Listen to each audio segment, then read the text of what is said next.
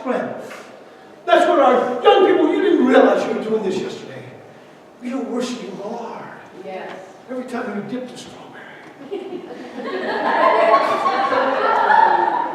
Every time you heated up that chocolate. Every time you dripped some on the floor. The pastor had to go behind and scrub it out. Then all of a sudden his grandson said, "Here, Papa, I'll do that for you." I appreciate that. So he was on his knees, scrubbing up the floor. Then Robbie said, "I'll go get a tarp and put it on the floor so it doesn't get the chocolate all over the floor and white all over the floor." And they laid all that out.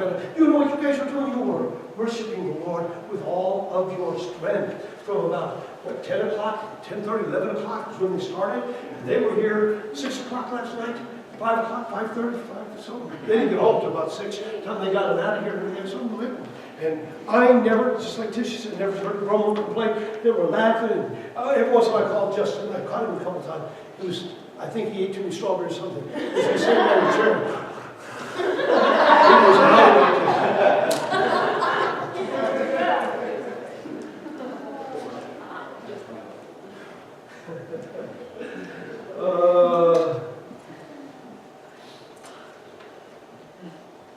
If we say he's first, then we need to make him first. Amen. In all of our lives. Amen? Yes. All of our lives. Following a great victory, King Cyrus of Persia took a prisoner, a prince from another tribe, and they were going to execute him and his wife and his children. And they brought him before Cyrus, and Cyrus said to him, it's a true story, "If I spare your life, what will you give me?" He says, "If you spare my life, I'll give you half of my kingdom." He said, "Well, if I spare your child, what will you give me?" He said, I'll give you all my kingdom." He said, "Well, if I spare your wife, what will you give me?" He said, "Sir, I'll give you my life if you spare my wife." The emperor was so touched by the sincerity and humility of this man, and it was genuine, real, that it touched the heart of King Cyrus, who in many ways was a good king. And he had compassion. And he says, "Because of your answers, you've not only saved your wife's life and your children's life, but you've saved your life." They went home that night and relieved from the anxiety that they had just been through. And he said to his wife, "Did you see King Cyrus is such a handsome man? Did you notice him?" She says, "No, I didn't notice that at all." He says, Surely you should have noticed that." She said, "What were you looking at?" She says, "I was looking at the man that was willing to lay his life down for me. He's the only one I have eyes for." My question to you this day is, where are your eyes? Who are you looking to? Who is your love? Yes, we have our wives and our children and our families. But who is the one you love the most? If I leave any legacy behind, I want to leave it in the hearts of my children. Dad loved Jesus Christ. He lived his life for Jesus Christ. He loved Jesus Christ. And many times they had to take second place, third place, and fourth place in things and decisions I had to make. Sometimes they were wrong and sometimes they were right. But one thing I left with every one of my kids, Dad loves Jesus Christ with all of his heart. My wife said to me in Africa, I don't know if this is a good thing or a bad thing, but the last word she said to me before she left to get on the plane, I was trying to give her a kiss and say, "I love you." Get her out of the country so they'd be saved. She said, "You won't be happy to shed your blood here." I said, "Honey, don't say that. I want to die. But I don't want to leave either. Gotta get things wrapped up. Well, get it done what I told you to do. 6 months ago, you wouldn't be here." I said, "Honey, come on. This is not a way to say goodbye to your husband." Put her through torture, and she still loved me. Hallelujah. Still loved me. She met me at the airport, gave me a kiss when I got home finally. Sometimes it's hard, but I'd rather err on the side of at least think into my heart that I put him first, even above family and everything else. And sometimes we get that out of balance, and I have many times, but it's tough to make that choice. And I don't want ever to send a message to God that anything is more important to me than He is. It's personal too. It says, thou shalt love the Lord thy God, the Lord thy God. Everyone say, die. That means mine. Say, mine. Lord, my God, with all thy heart, with all thy soul, with all thy mind, with all thy strength. This is the first commandment. And it's impossible to love someone that you do not know. Amen. You might say you love them, but if you don't know them, whom to know is life eternal. If you do not know them in that personal way, you can't really love them. That's why so many marriages end in divorce, because after they really get to know the one that they thought was the greatest thing in the world, they find out he's not. And then sometimes people don't find out quick. I think of Rob Porter. We don't know how much it was true, but certainly the guy had some things wrong in his life. If you've been following the news at all. Yeah. But he was one of the most man of integrity. Best worker we had around here. The nicest guy. Treated everybody with respect and honor. I mean, wherever he went, everybody thought the greatest of him. And here he was a wife beater. Black eyes and all. I mean, we can cover it up all we want to. But God reveals the secrets of our hearts and makes those things known. And it's one thing to talk about love and loving God with all of our heart and loving our wives and loving our children, but it's another thing to do it. To really do it. And it's so easy to cover it all up and make it look like we're just great. And we come out with our suit and tie on and everything looks rosy-dosy. What went on just 2 hours before only God knows? Amen. How many times you go to answer the phone and you're in a major war and pick up that phone and say, oh, things are going great. My wife's over there steaming that.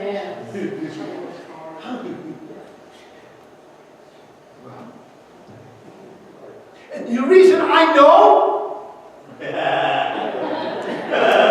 guilty. Anyone else join me and say, Amen. That makes me feel so. Keep him up higher. Makes me feel so good.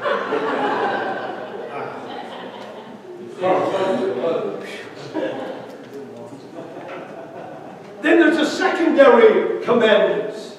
The first one was the primary commandment, or the most important, the Supreme Commandment. But now we have the secondary, and I hate that because it's hard to put one before another and everything else, and they're all so important. But he said, and the second is like this, namely this: thou shalt love thy neighbor as thyself. There is none other commandment greater than these. It's powerful. It's like a hand in a glove. You got to have both of them for the function well in icy cold weather. When things get icy and hot, you better have a pair of gloves put on. And that glove is that secondary love of one another. And Jesus is simply telling us that we are to love others with the same love which we bestow upon ourselves. Love others as you love yourself. Boy, I was thinking about that this morning when I was shaving, took a shower first of all, came out and just pampering myself, combing my hair. I must have gone and looked in the mirror 3 times before I finally was satisfied that I looked just right. And then I ironed my shirt. I was perfect. Sometimes I ask my wife to do it, but she's real busy. I'll do it myself. And then I got my shoes, wanted to make sure they were looking good. I was going to church, and everybody's going to be noticing me. So you just pamper yourself, don't you? You perfume yourself. I put some stuff on, just so after I preach and get all smelly, you still smell some kind of scent that's half decent. Put some cough drops in my pocket, thinking about myself and also thinking about you. And put those in after I get done preaching so I don't blow you over at the end of the sermon. My breath's so bad. All those things are pampering ourselves. The Bible says as you pamper yourself, as you love yourself, as you take care of yourself, as you put yourself so in front of everybody else, so love your neighbor. Yes. As yourself. No one goes around unless they're got a mental illness and hits themselves herself and hits this wall and hits that wall, does all these crazy things and tries to mutilate their body. Nobody does that unless they are a mental case.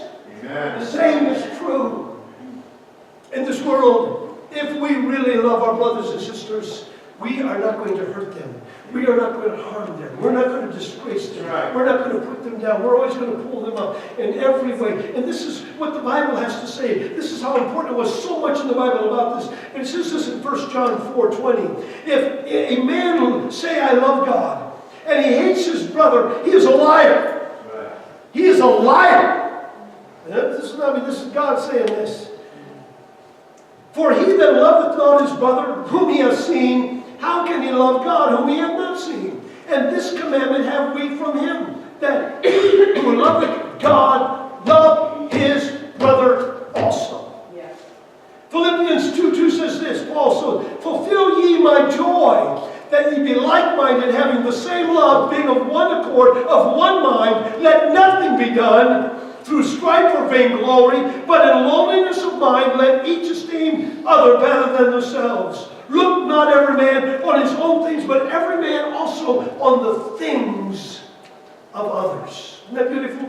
Romans 12:10 says this, be kindly affectioned one to another with brotherly love, in honor preferring one another. I can go on. I can give you 100 scriptures that talks about putting others first before yourself. Hundreds of scriptures that deal with how we're supposed to have a relationship with our brothers and our sisters and even our enemies, a relationship of love. Amen? Amen. Doesn't mean you always have to like what they're doing No. or how they're acting.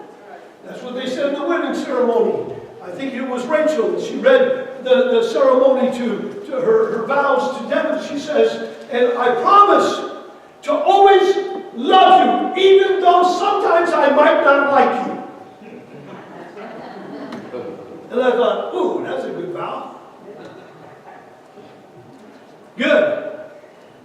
And how this love is manifested. How is it manifested? It's manifested by forgiveness. I've had people in office come out, I can never forgive them. I'll never, ever forgive them. You know what I told them? I said, you have no place in this church then, I'm sorry. And they left and they never came back. And they died of cancer at the age of 40, 41 years of age. It ate them up. Yes. I always remember the day they slammed the door and went out the door and said, I could never, ever forgive them. I could give you names of that experience, and I won't do that. But because of unforgiveness, it could eat in your soul like a cancer. Yes. Left behind small children, die a miserable life without God, without church, without a relationship, threw it all away because of unforgiveness. Love forgives. Amen. Moves on in life. There's been many times I got a message just not too long ago. It just broke my heart. And the way it came across was so selfish and so wrong. And my first impression was to send back a message to say, you have no understanding what the love of God is. But then I would have been in the same boat with him. Right. So I sent him back a very gentle message. And said, I'm sorry. I'm so sorry that I didn't think to tell you that Sister Culver passed away.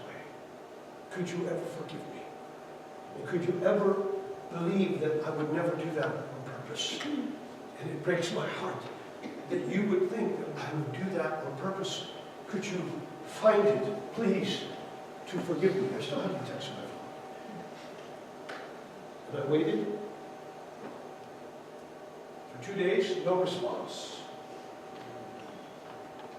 So I sent her another text and said, did you get my message?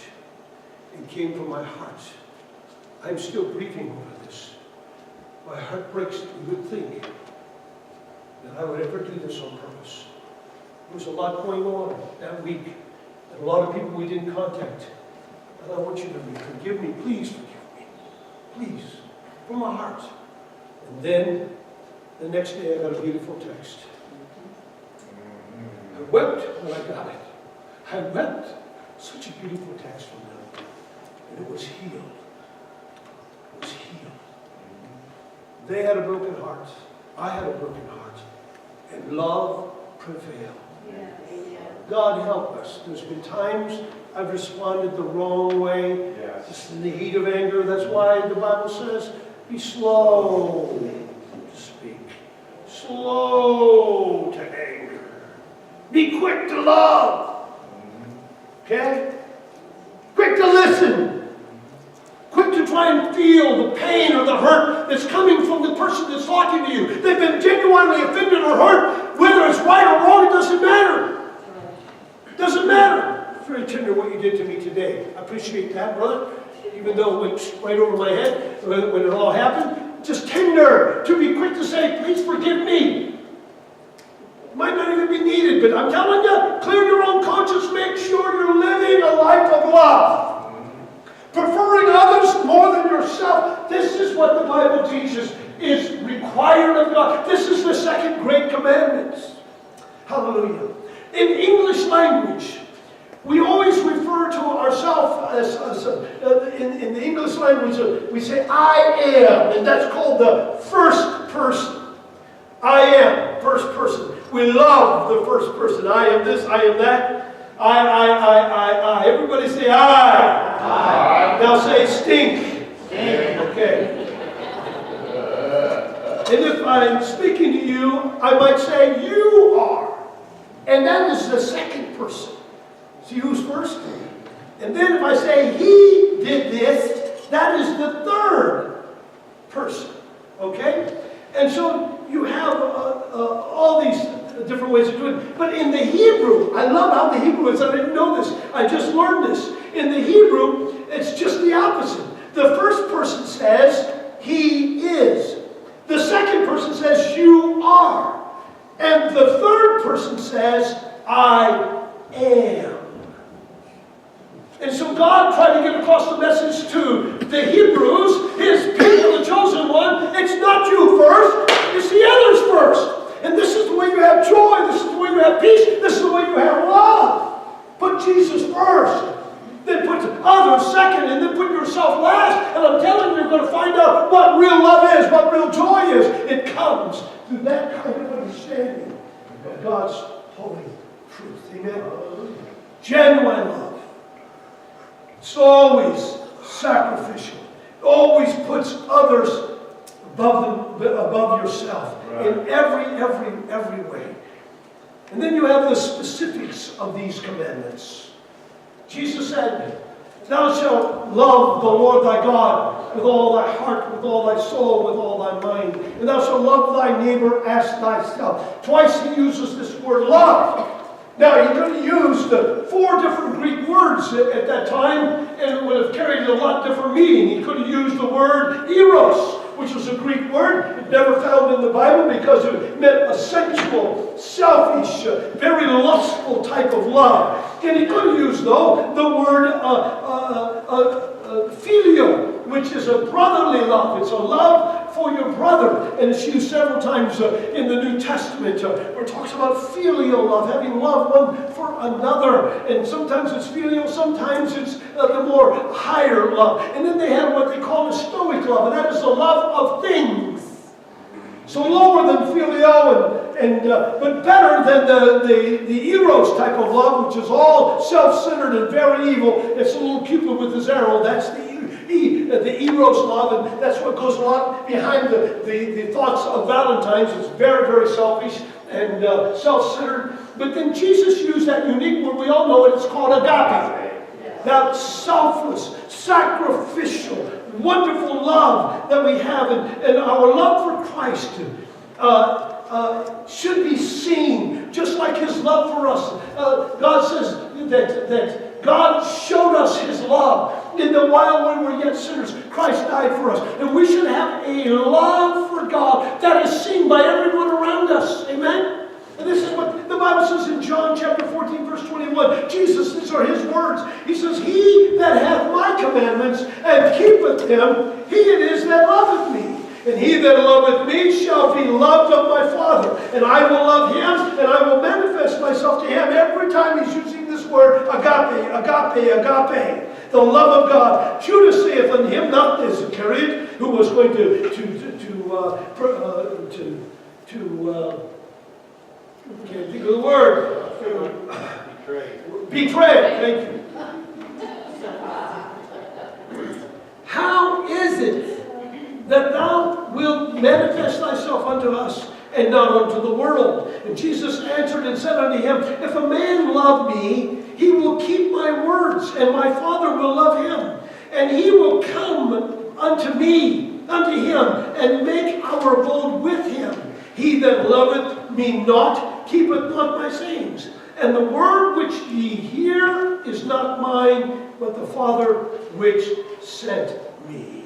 He said, if ye keep my commandments, ye shall abide in my love, even as I have kept my Father's commandments. Hallelujah. And abide in his love. Over and over in John. Over and over in 1st and 2nd and 3rd John, you hear these words, love, love, love, love for your brother, and love that is seen. Hallelujah. They might not always demonstrate the right way, but imagine a little 5-year-old that ran away from home. He ran away from home and he kept walking and walking. Finally, a cop came along and was watching this little boy, and he just kept walking. Watching, went down one side of the street, up the next. He kept walking around the block, right in front of his house. He walked around the block again, just kept walking. Cop watched him for a long time. Finally, he pulled the little boy over and said, what are you doing? He said, I'm running away from home. He said, well, I've been watching you for the last hour. You've just been walking around the block. He said, yeah, I know. He said, well, why? He says, because my mom and daddy told me I couldn't cross the street. You know, even though he was running away from home, he was letting them know, I still love you. He was keeping those commandments. I thought that was a good illustration. That's it, where it needs to be hit. Now we're moving to the second point. That is the characteristics. I want you to see now the completeness of this great commandment. These commandments are so wonderful. He says, there is none other commandment greater than these. The completeness. Jesus says in Matthew 22, verse 40, he said that all the other commandments hang on these. Hallelujah. Do this, and you will automatically do all the others.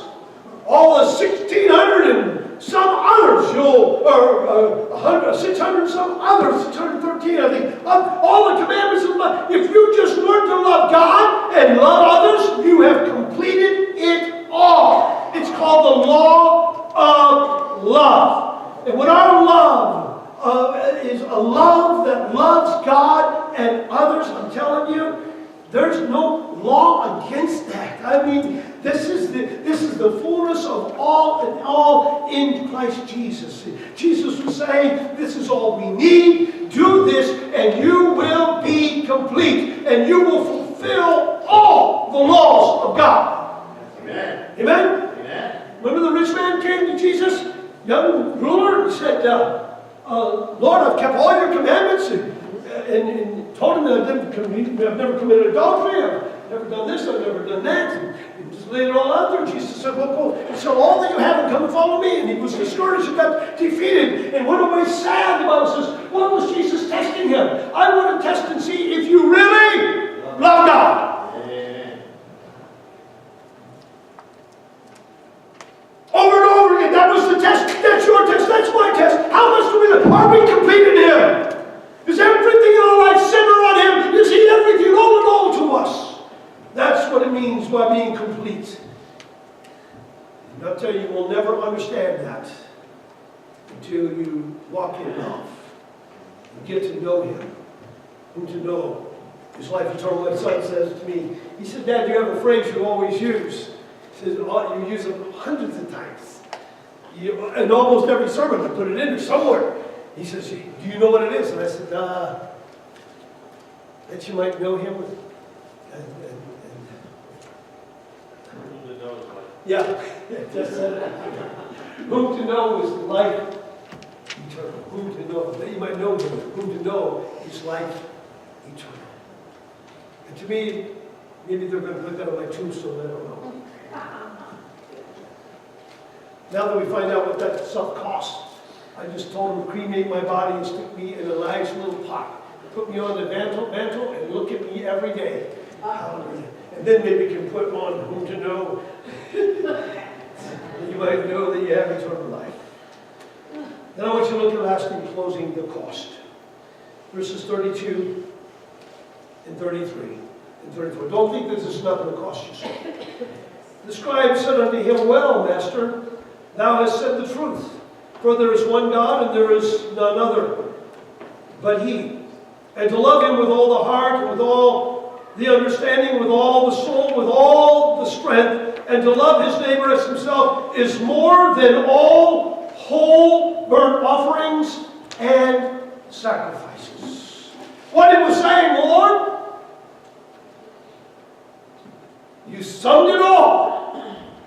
And it's greater than all the burnt offerings which were given as a sacrifice to God, saying, Lord, I give you all. When they brought it, was called the whole burnt offering. They brought it, they kept nothing from themselves. They brought it and they gave it all. The whole burnt offering was burned on the altar, and the priest took it, and the rest of it was used in ceremonies. And the person that gave the sacrifice took nothing from that. It was the entire burnt offering went to God.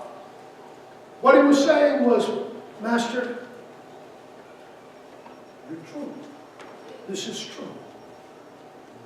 It's greater than no matter what else we can do. The greatest thing we can give to God is our love. Our love. Do you love Him? Yes. That is the cost. Pretty simple. So if you love me, keep my commandments. If you love me, follow me. If you love me, serve me. With all your strength. If you love me, if you really love me with your mind. Get into the Word of God. Learn the Word of God. Memorize the Word of God. Study it. I was up at the hospital the other day with a man that almost died. He's been on a ventilator for 11, 12 days. They took him off. I found out about it. Went up to the hospital to see him. I didn't know what his condition would be. Went into the intensive care unit. When I got there, met him for the first time. I told him who I was, and he said, my wife said you might be up here to see me. Thank you so much. The first thing came out of his mouth, I'm a miracle. I'm a miracle. I'm a miracle. She died of a miracle. I said, yes. Ministered to him, gave him a penny, talked about the love of God, how much God loved you, everything. I got to prayed with him and talked about the soul and his relationship with the Lord. And then when I got done, he said to me, I was going to leave, and he said, could you do me a favor? And I said, sure, whatever you want. He says, could you go and get me a Bible? Bring me a Bible? I said, yeah, I'll get one. I got one. I came back from the church, got the Bible, took it back up to the ER and or the ICU, and took it in and gave him that.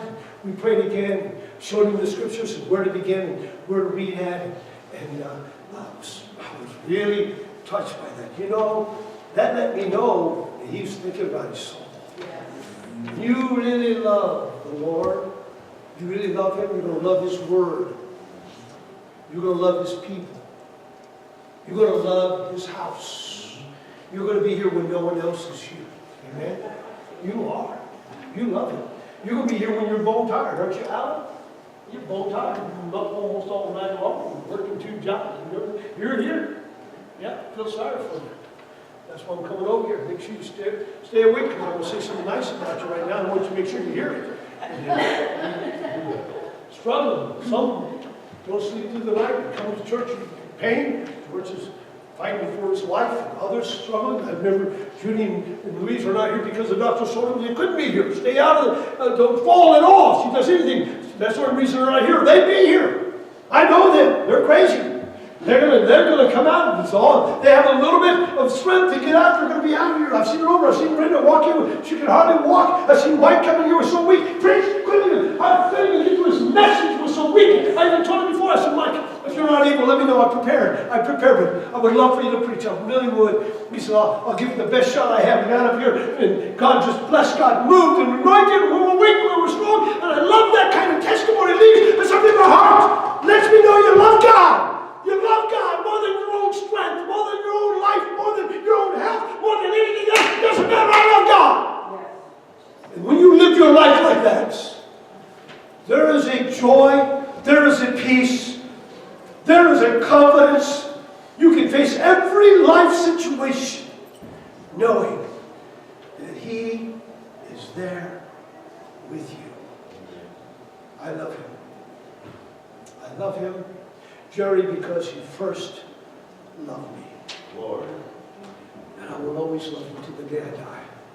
Since I began to serve the Lord 48 years ago, there has not been one time in my life, not one time, have I felt like giving up on the Lord. I've thought about giving up on the ministry.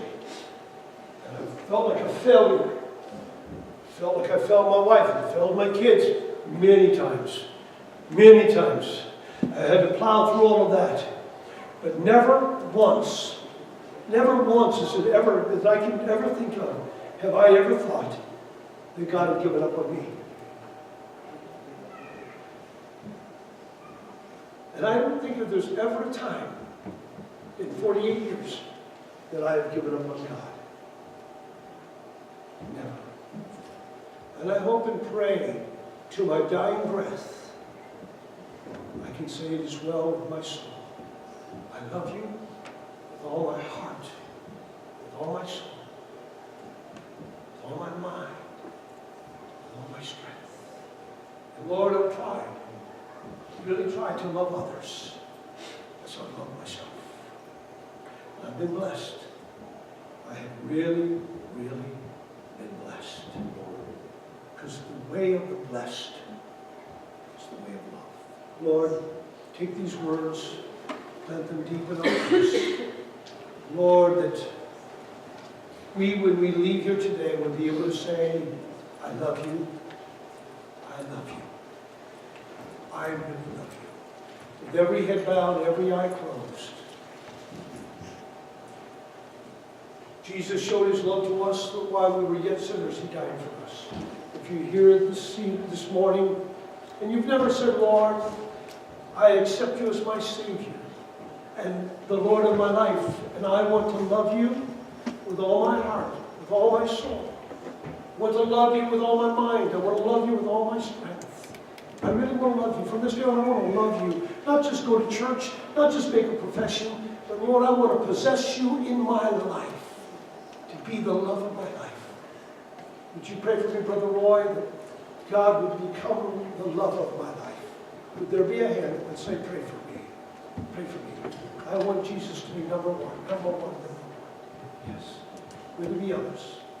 Will there be others? And I know I put myself under guilt too. I have my hand raised while yours is raised. Because to say I love God with all my heart, soul, mind, and strength, some days I do, some moments I do, and then it's so easy to be pulled back and not love Him like you should. But oh, that should be our goal, that should be our purpose for living. Lord, each one that raised their hands and all that you're doing in all of our hearts, God, let it come to fruition and that people would see that love that suffers long and is kind, that love that envies not, that love, Lord, that doesn't vaunt itself, parade itself out there, that love doesn't want to be seen, it's not puffed up. Lord, help us to be that love that never behaves itself unseemly. It's never arrogant or proud. Lord, that love that's just ever enduring in every situation. A love that doesn't think any evil. It's not easily provoked to anger.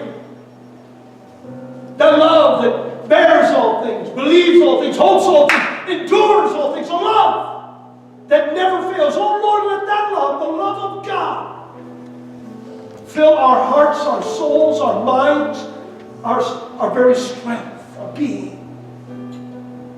That when people look at us, they would see the love of God. I'll praise you for that. In Jesus' name, amen. Amen. We show that love for Jesus by loving others. Amen. Jesus, or John said this, he said, if you can't love, carry clay. Don't even talk to me about loving me. Right? If you can't love Mona, that's a sister, and someone that you really care about. They don't even talk to me about that. And some of us are in this church for weeks, months, years. We still don't get to know each other. I don't even know where they live. We've never been to their house. We've never taken them apart. We've never taken them cooking. You all get to know the pastor. I get more than anybody. But hey, it's nice to go and know. Get to know people, love them. Remember I said you can't love God unless you know God. You can't love others unless you know them. That's why I think sisterhood is a great thing. The men's group, that's a great thing. Get to know each other. Reach out. Don't hold back. Try to get to know others. Don't wait for them to come to you. You go to them. Invite them over to the house for dinner. Hallelujah. They'll say, well, my house is a mess. It don't matter. So is mine. And if it's not a mess, it'll be a mess before they leave. Especially if they got any kind of kids. Because my wife just lets them bring all the toys. And after they leave, I look around the house and I'm afraid to take a step.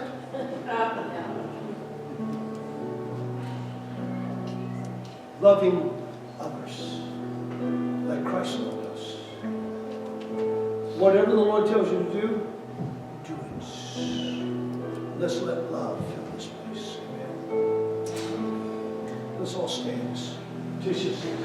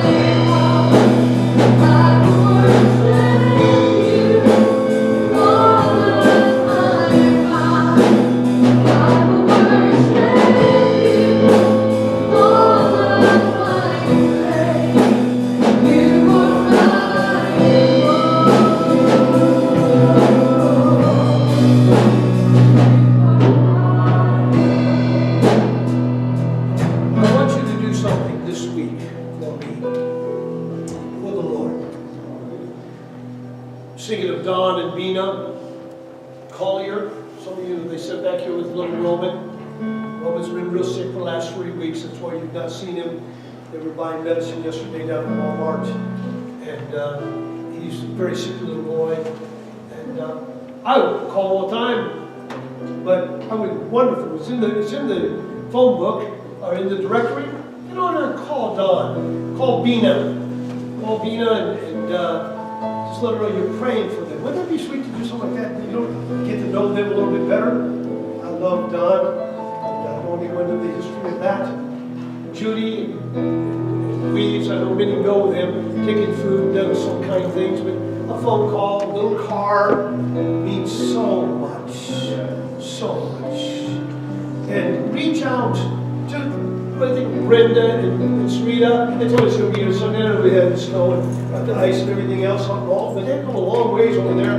They're in the directory. Get to know them. Sweet, sweet people. And let's like to build that relationships. If the Lord lays someone on your heart, maybe you haven't seen around here, give them a call. Encourage them. Let them know you love them. Reach out to them. Touch a life. Even if you only do one, if everyone here would just reach and touch one person, you realize that that's 60, 70 people that we've touched, ministered to, and it would change everything, believe me. Because everybody in the world, one of the basic needs of everyone on the face of this number one need, can you tell me what it is? To be loved. Love somebody. Somebody needs to announce it. Somebody needs to announce it. Very loud. Sing one more time, and then we'll let you go. How many more need more love?